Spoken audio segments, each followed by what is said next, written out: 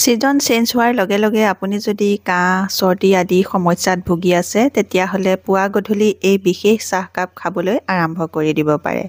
এই বিশেষ চাহকাপে আপোনাৰ চৰ্দি কাহৰ সমস্যা নিমিষতে উপশম পাবলৈ সহায় কৰিব। হাই ফ্ৰেণ্ডছ, আপোনালোক সকলোকে মোৰ অসমীয়া সঁচাই চেনেলৰ নতুন এটা ভিডিঅ'ৰ মাজলৈ স্বাগতম জনাইছোঁ। আশা ৰাখিছোঁ আপোনালোক সকলো ভালে আছে। বৰ্তমান লাহে লাহে ঠাণ্ডাটো বাঢ়ি আহিছে আৰু বতৰৰ পৰিৱৰ্তনৰ ফলতে বহুত মানুহে চৰ্দি কাহ আদি সমস্যাত ভুগি আছে। এই ঠাণ্ডা দিনকেইটাত বহুত সাৱধানে থাকিলেও বহুত মানুহে চৰ্দি কাহ আদি সমস্যাত ভুগিবলগীয়া হয়। এনে পৰিস্থিতিত আমি বাৰে বাৰে এলোপেথিক দৰৱ সেৱন কৰাতকৈ আমি যদি ঘৰুৱা ঔষধ সেৱন কৰি কাহৰ পৰা উপশম পাব পাৰোঁ তেতিয়াহ'লে বেছি ভাল হয়। এতিয়া মই আপোনালোকক বনাই দেখুৱাম বিশেষ এবিধ বঢ়িয়া চাহ, আৰু এই চাহকাপ আপোনালোকে পুৱা গধূলি খাই আপোনালোকৰ কাহ আৰু চৰ্দিৰ সমস্যাৰ পৰা উপশম পাব পাৰিব। আৰু এই চাহকাপ তৈয়াৰ কৰি দেখুৱাৰ আগতে আপোনালোকলৈ এটা ৰিকুৱেষ্ট আছিলে, আপোনালোকে যদি মোৰ এই ভিডিঅ'টো ভাল পায় ভিডিঅ'টোত এটা লাইক কৰি দিব, আৰু এতিয়ালৈকে যদি আপোনালোকে মোৰ অসমীয়া সঁচাই চেনেলটো ছাবস্ক্ৰাইব কৰি লোৱাই নাই তেতিয়াহ'লে সোনকালে ছাবস্ক্ৰাইব কৰি ল'ব। ওচৰতে থকা বেল আইকনটো আপোনালোকে প্ৰেছ কৰি দিব, তেতিয়া মোৰ আহিবলগীয়া সকলোবোৰ ভিডিঅ' নটিফিকেশ্যন আপোনালোকলৈ সোনকালে যাব আৰু সোনকালে মোৰ ভিডিঅ'বোৰ আপোনালোকে চাবলৈ পাব। যদি আপুনিও কাহ আৰু চৰ্দিৰ সমস্যাত ভুগি আছে তেতিয়াহ'লে সোনকালে যাওঁ বলক এই চৰ্দি আৰু কাহৰ সমস্যা দূৰ কৰিবৰ কাৰণে কেনেকৈ চাহকাপ তৈয়াৰ কৰিব লাগে চাওঁ বলক। আজিৰ এই বিশেষ চাহকাপ বনাবৰ কাৰণে কেইবিধমান ঘৰুৱা বস্তু লাগিব, যিকেইবিধ ঘৰুৱা বস্তু আমাৰ সকলোৰে ঘৰতে থাকে।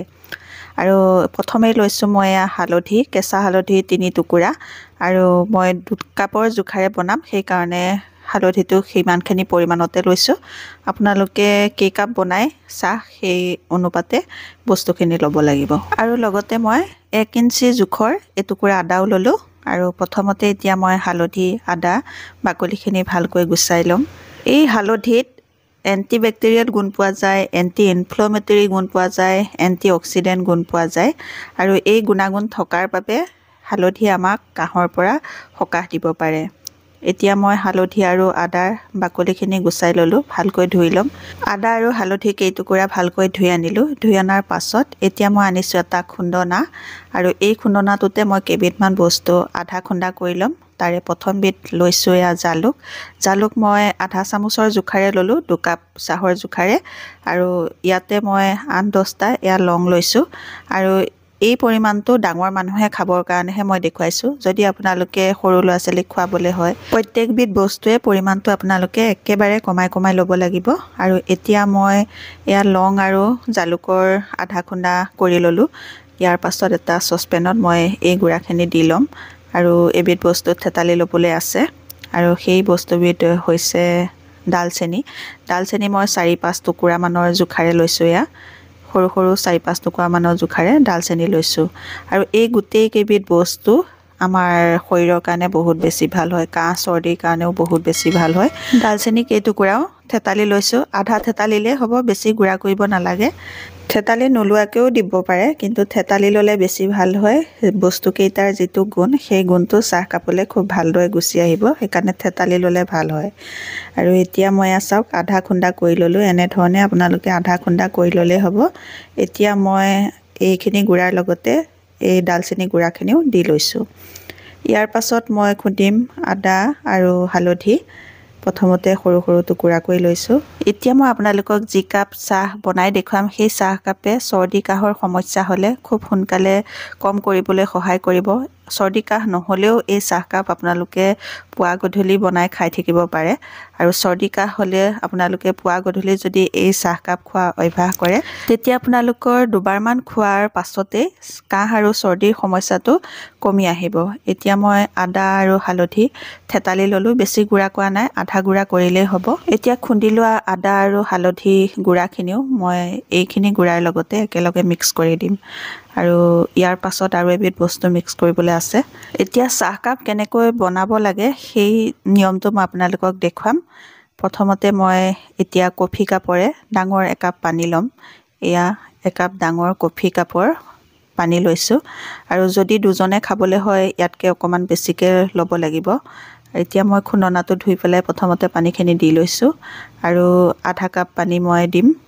1.5 কাপ, টোটেল 1.5 কাপ পানী দিলোঁ দুজনে খাবৰ বাবে। আৰু ইয়াতে মই আনিছোঁ দিবলৈ তুলসীৰ পাত, তুলসী 6-7টামান আগ লৈছোঁ। তুলসীৰ আগ শাককেইটাও মই এনেকৈ হাতেৰে টুকুৰা কৰি পেলাই এয়া পানীতে দি দিছোঁ আৰু এতিয়া মই গেছৰ ফ্লেমটো এয়া অন কৰি দিছোঁ। গেছৰ ফ্লেমটো প্ৰথমতে আপোনালোকে হাই ফ্লেমতে দিব আৰু যেতিয়া উতলিবলৈ আৰম্ভ হ'ব লাহে লাহে তেতিয়া আপোনালোকে গেছৰ ফ্লেমটো মিডিয়াম ফ্লেমলৈ লৈ যাব আৰু মিডিয়াম ফ্লেমতে আপোনালোকে এই চাহখিনি বনাব আৰু যেতিয়া উতলিব দেখিব চাহৰ ৰংটো যেনেকুৱা তেনেকুৱা হৈ আহিবলৈ ধৰিছে।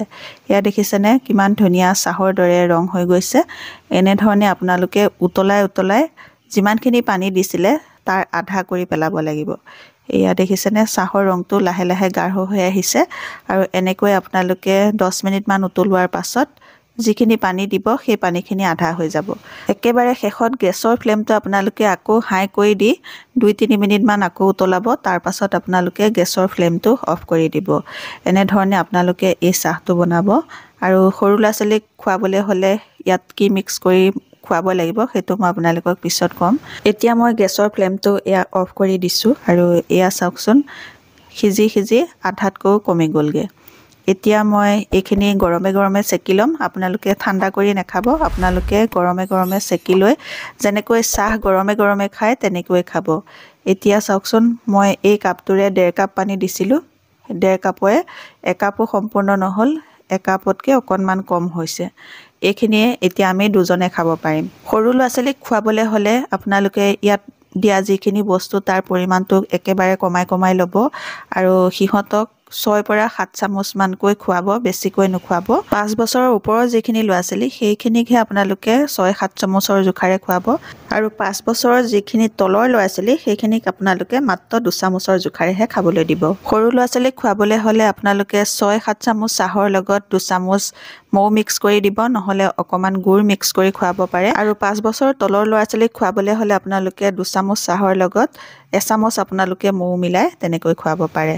পুৱা গধূলি এই চাহকাপ খালে চৰ্দি কাহ বুলিয়ে নহয় আপোনালোকৰ শৰীৰটো হেল্ডি কৰি ৰাখিবলৈ বহুত বেছিকৈ সহায় কৰিব।